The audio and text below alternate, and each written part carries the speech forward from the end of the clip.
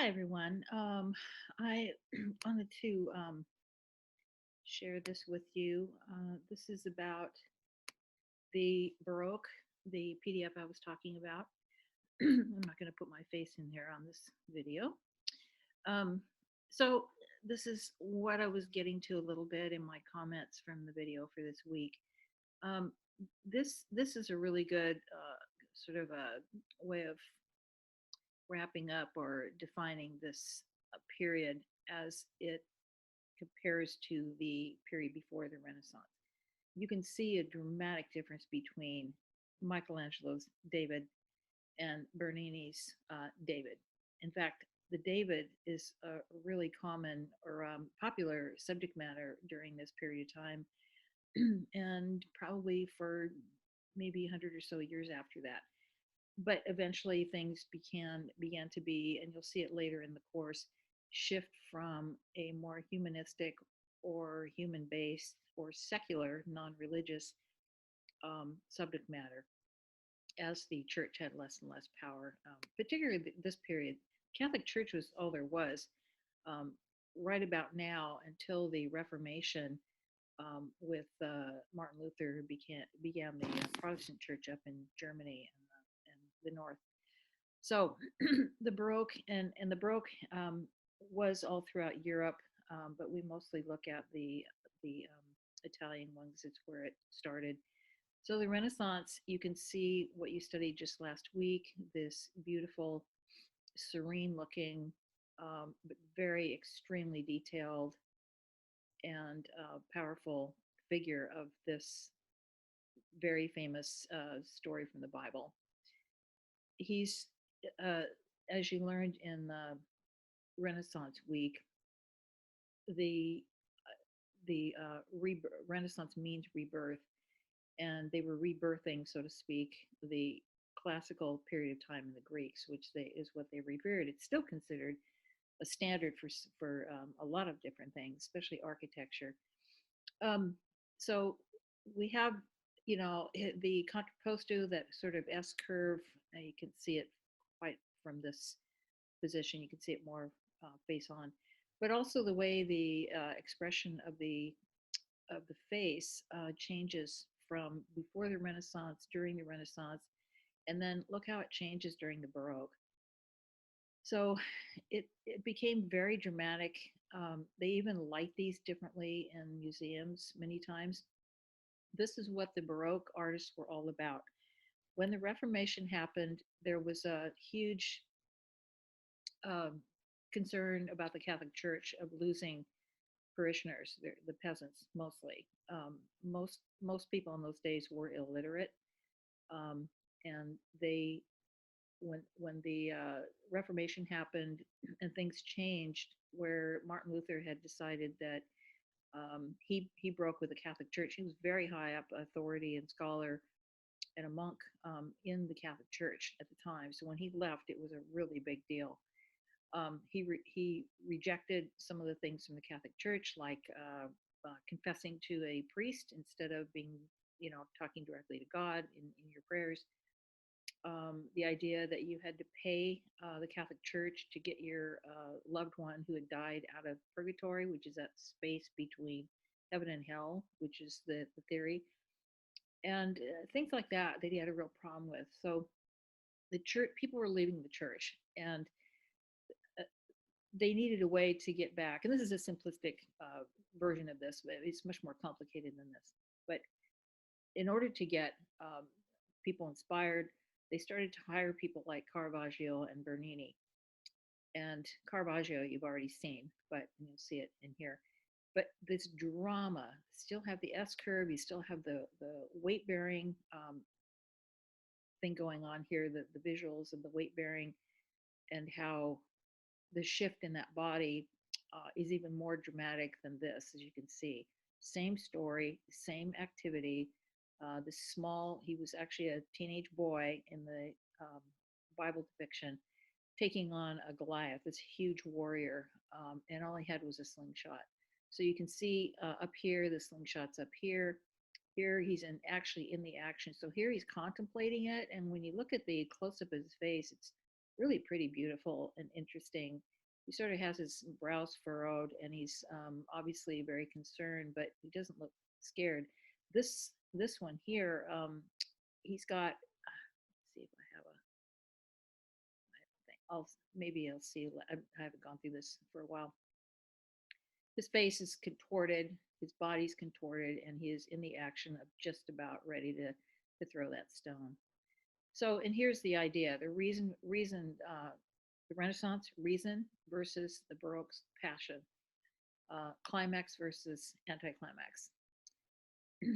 So these are different examples of, again, the difference between the two. Here's two Last Suppers. There's Caravaggio's version, which you can see is completely different. Um, you, Anybody who didn't know what this was about would think this was just a group of guys having dinner. And so he made things look very real. People who looked at this could totally relate.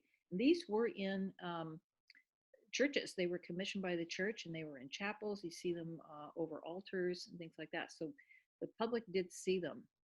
But to show the sort of ordinary look uh, of that you can see here of, but it's very clever. The Baroque is really into using diagonals for a little bit more forceful composition. Look at this. He shows a real person. These are disciples in ragged clothes, um, but also the he's brought the characters into the time period of the Baroque in the 1600s, so in the late 1500s, and here you have they're dressed in current times, even though they would not have been dressed that way. Jesus is the only one who looks at all like he's dressed in the robes that they would have used, and this guy here too. So other things, showing foreshortening or full on the, when something is pointing directly at you. This is actually very hard to draw, and those are being perfected. His use of white is just stunning here.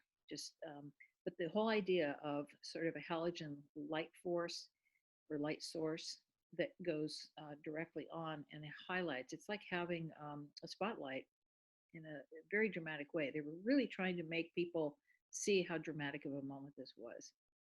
This was the dinner where Jesus was told he was about to be um, given over to the Romans.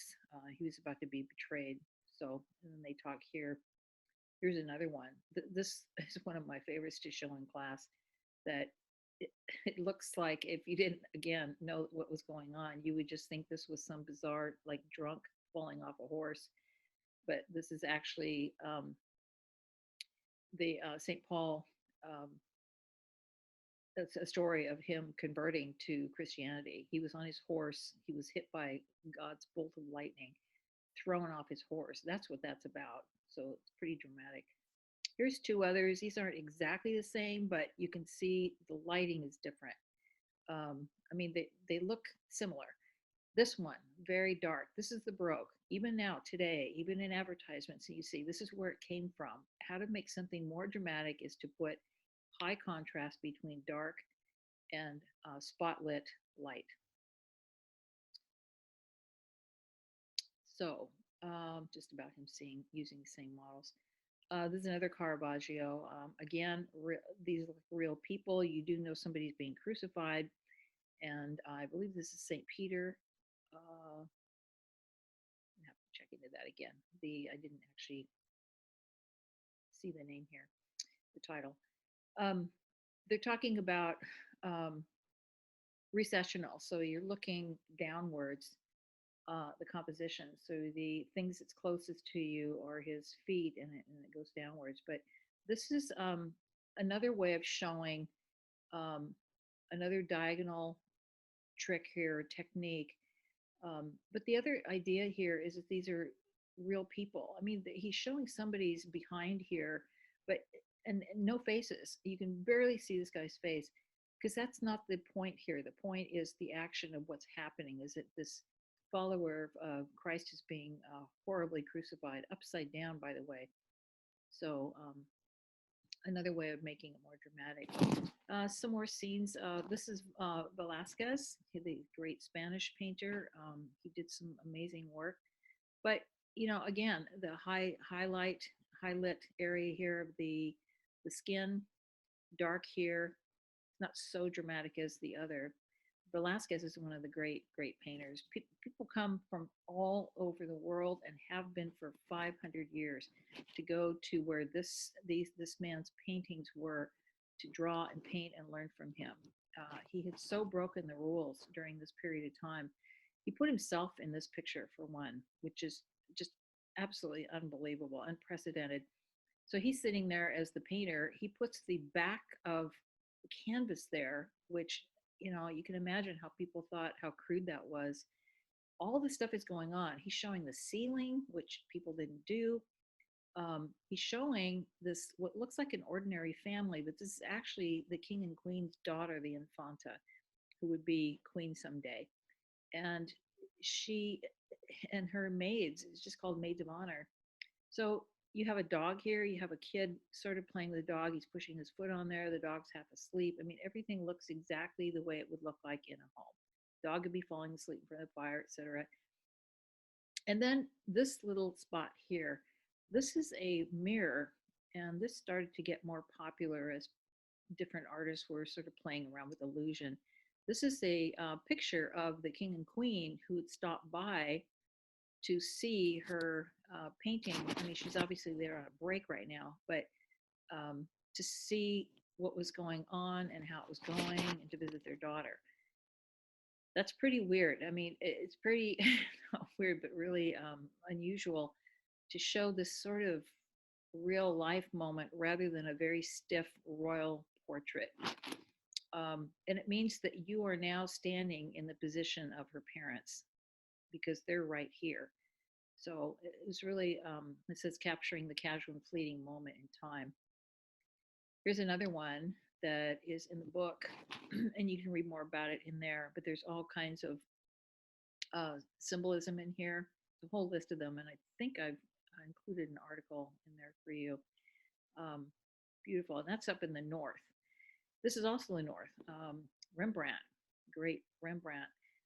Again, dark. Now you can see he's starting to look, I mean, completely different from the meticulousness of this Jean Van Eyck painting to Rembrandt. Rembrandt looks more like how we paint today. Recessional, open form, painterly, which means brush strokes, almost like the Impressionists were doing, 200 years from then.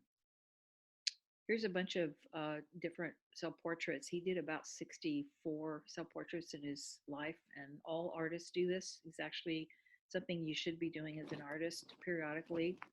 He did them almost every year. They're very revealing. He also loved dressing up in costume almost, but it shows him, as a young man here in various stages of his life, middle age. This one I saw more recently, a couple of years ago. I live in near Seattle, and it really was stunning. I've seen them before years ago. I mean, way long time ago. But this one was in Seattle, and it was by itself on a wall. It was really stunning. Rather than paint the eye, he paints the glance. This is a very modern concept to capture an expression of an ordinary person, not royalty. Most portraits, portraits were, it was only considered valuable if it had, or credible if you had somebody wealthy or somebody royal, not ordinary people. Um, the mouth and nose became a breath. His brush plays hide and seek with the viewer. He used very quick brush strokes, very thick paint. For instance, back here, this one here, when you look at it in person, it's just bright white and only uses a few brush strokes, and it doesn't even look like brush. It looks like palette knife, just scraped. Franz Hall's another one. Vermeer, you might recognize this one at least. These are pretty famous. He only did about 30 paintings in his lifetime. He died younger than usual. But again, the Baroque, the black, it's what makes this so attractive. You're able to focus just on the important part, which is her face and the earring. Some other ones he fooled around with illusion. You can see perspective here, how it was set up in the Renaissance and used effectively here. He also was interested in how light was handled. Rubin, another one. Years and years and years, I've heard the term Rubenesque women. Um, Around the 70s, when the feminist movement was getting started, the second wave anyway, from the first wave in the 20s, um, women were starting to talk about what real women's bodies look like, and they would refer to these women. They're not, size 0 or 2. So, just an aside. He painted a lot of different, like mythological stories and things like that. It's like I have some another diagonal, super intense of raising Jesus on the cross. You can just see the grunting and groaning that would have happened as this thing was being raised up. All the muscles. You can see a direct triangle here too. These are really effective ways of showing a smashed group of people to make it more effective. When you see this one in person, he is a lot more spot lit here, which is the way it should be.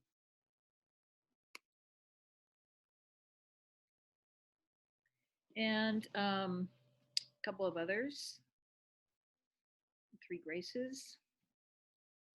Um, and then we slide into the Rococo. The Rococo was absolutely about decadence and indulgence of and now we're in France. I mean, everything is shifting from Italy to France or Northern Europe, which was where Rembrandt was from. Um, there's two things, there's two different ones here. Let's see if I have a close up of this one.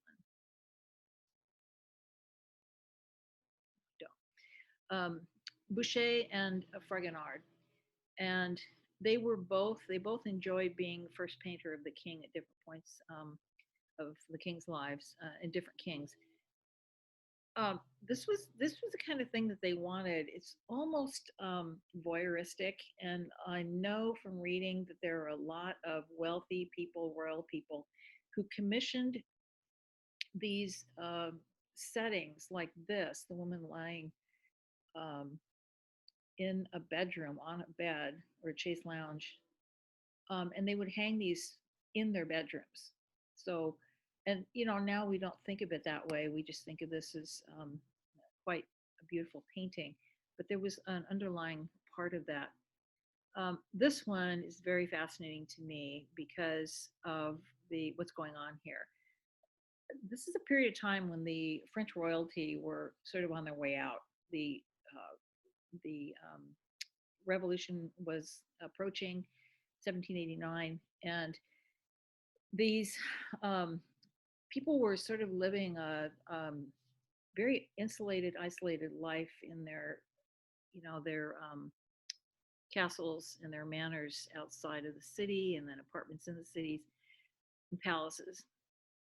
Um, from the reading I'd done all through graduate school and before, there were incidences of uh, royal and wealthy people sort of parading around, having lunches and things out in their vast estates in the forest, and it was really popular.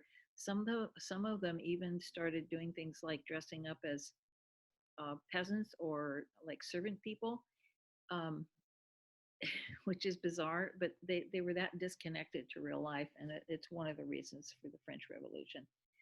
This is an example of that. So they're out in the woods. This man is her lover. She's swinging. It's called the swing. It's called happy accident of the swing, actually. And she is being swung by her uh, butler, or I guess the butler or servant, um, because God forbid she uses any of her own muscles. They lived pretty decadent, easy lives. So she's swinging along, and then her skirts are raised here a little bit because of the wind. But as in those days, a woman couldn't even show her ankles. I mean, it was considered completely almost pornographic to show that. Um, but this is a population who didn't really care about things like that. And what I love about it is it shows that complete abandon of her raising her leg here, and her little shoe is falling off. The lover is standing here, full view. So it's all about decadence. Chardin is doing a lot of. You're starting to see things kind of slide into real life, um, which the Rococo was not about. And there's a couple of other examples here. Poussin.